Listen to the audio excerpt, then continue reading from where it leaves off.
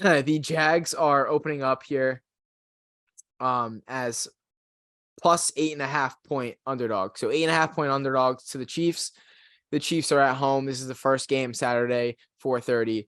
I'm just gonna come out and say I think the Chiefs are gonna win this game.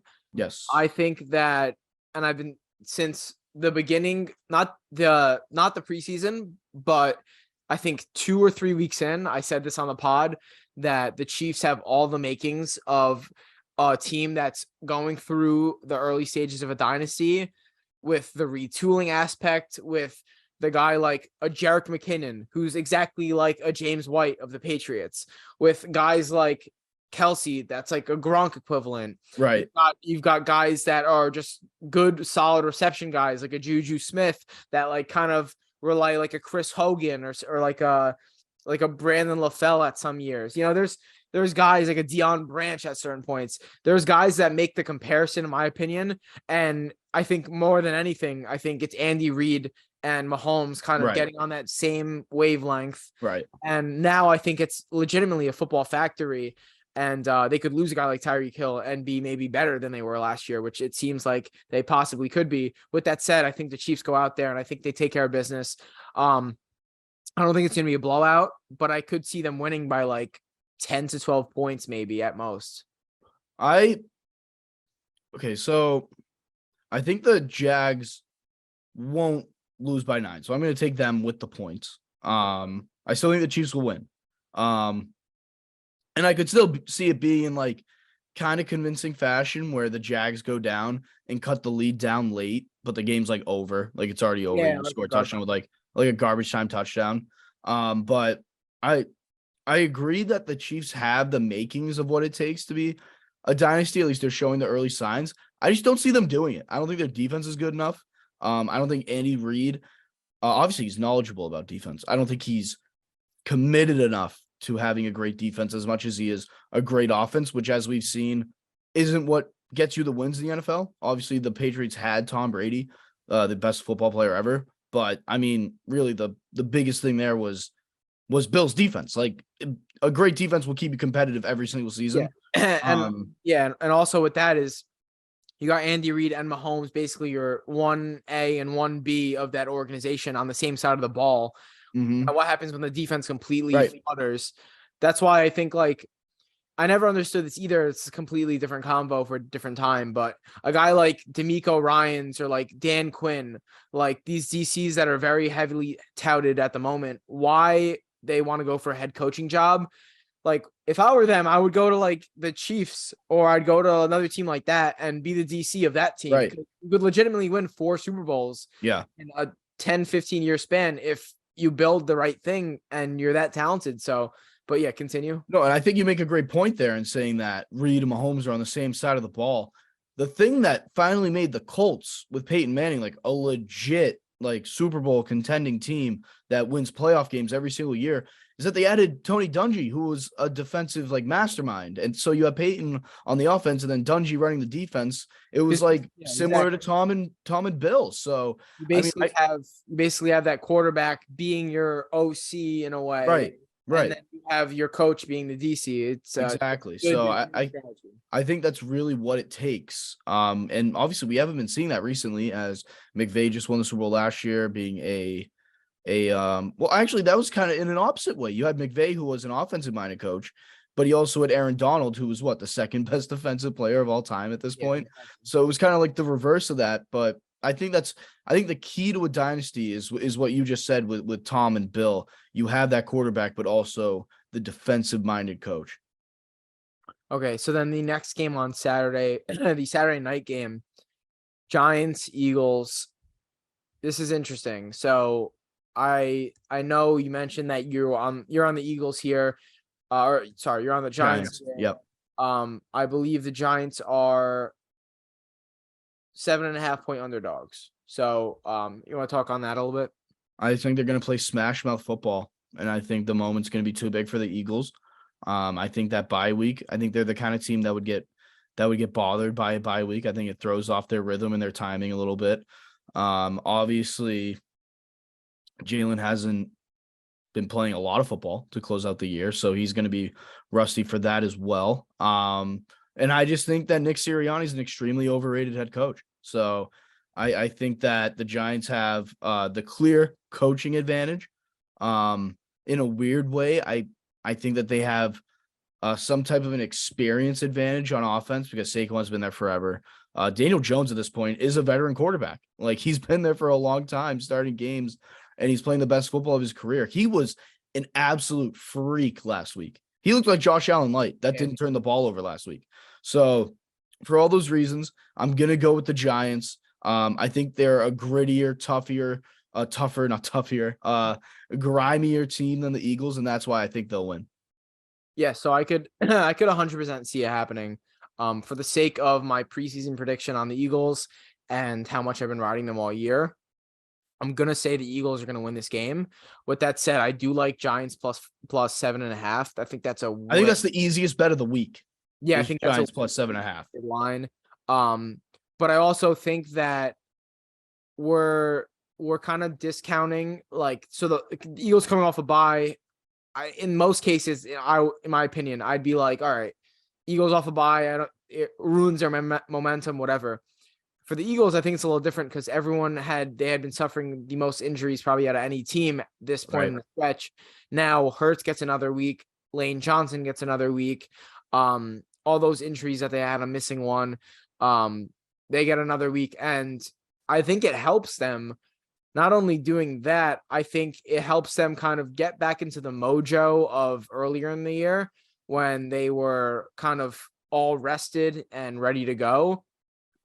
I wouldn't be surprised if the Eagles go out there and establish that, hey, like, y'all forgot about us at our peak in the season. You're remembering us recently.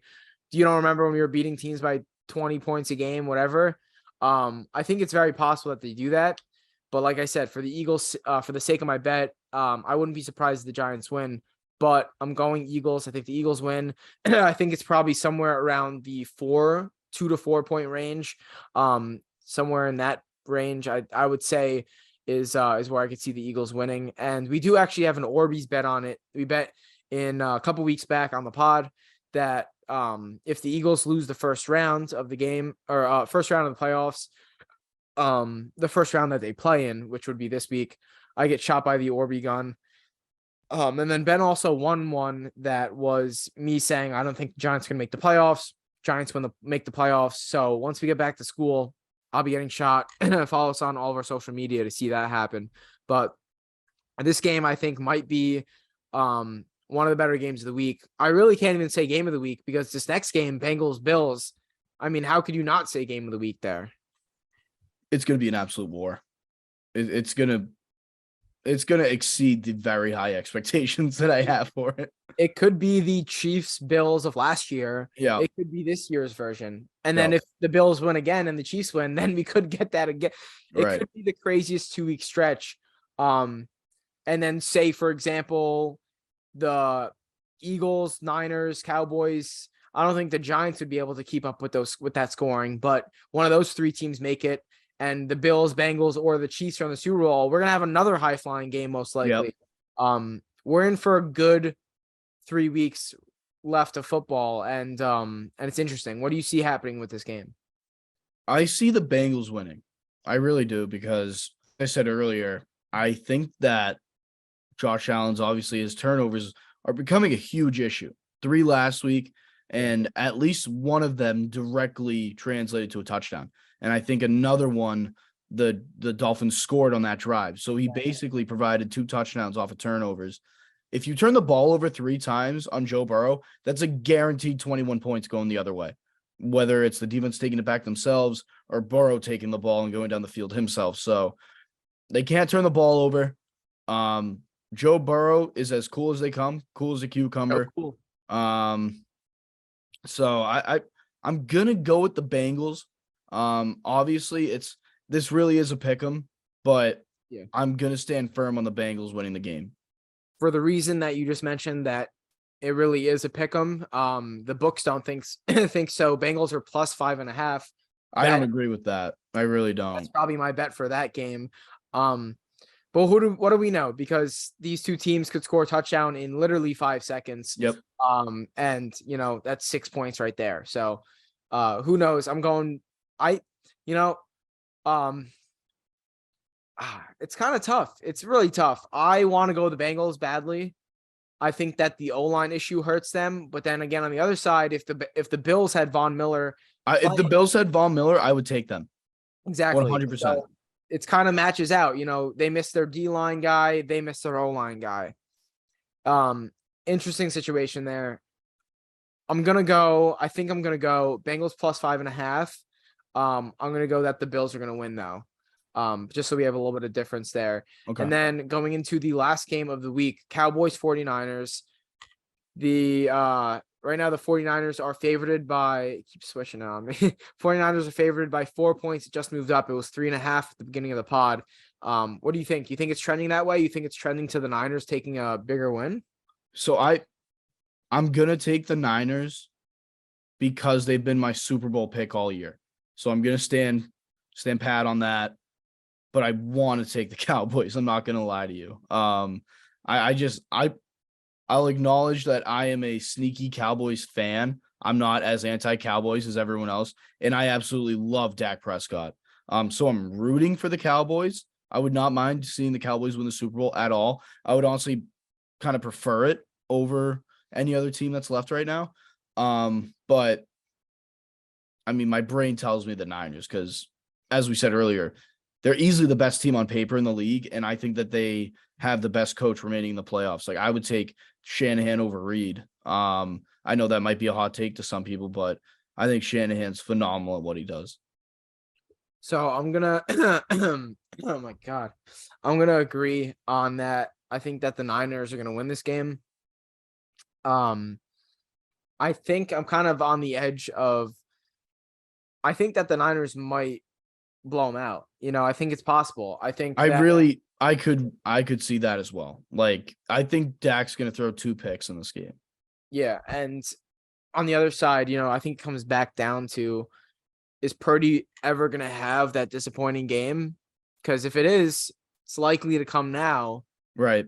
One of the better defenses in the league. Just star power all over it. And you have ball hawks all over it. So, yeah.